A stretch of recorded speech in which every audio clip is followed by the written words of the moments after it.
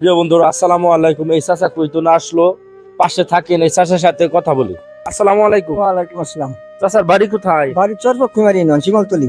এই যে আপনি সিগামান কেমন আসছেন? এটা লাড়ু আনছিলাম, মুড়ি আনছিলাম, গজা টজা বেশি। আচ্ছা, এই ব্যবসাটা কতদিন যাবত করেন? ব্যবসাটা নিচে 50 বছর হবো। আচ্ছা, এই যে আপনি কোন বারে আসছেন? সকালে 8:30টায় হ্যাঁ, তো আপনি কি সকালে কিছু খাওয়া দাওয়া করছেন? 2টা বাঘা পিঠা খাইছি।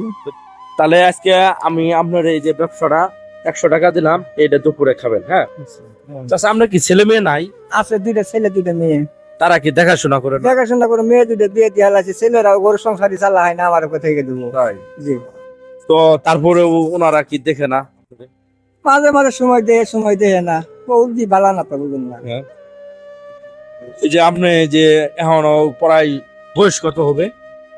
তাই দেবো যাবো আবার। তো 60-এর উপরে যাওয়ার পরে এই যে যে আপনি কষ্ট করে যে ব্যবসা করতেছেন, এটা আসলে কষ্ট লাগে না? কষ্ট লাগে তো, বিরাটই লাগে।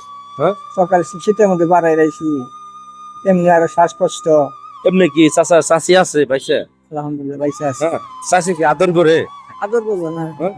স্বামী দেবেন আদর করবো। তো প্রিয় বন্ধুরা, এই চাচার জন্য সবাই দোয়া করবেন। এই চাচার শরীর সুস্থ থাকুক, ভালো থাকুক। আসসালামু আলাইকুম।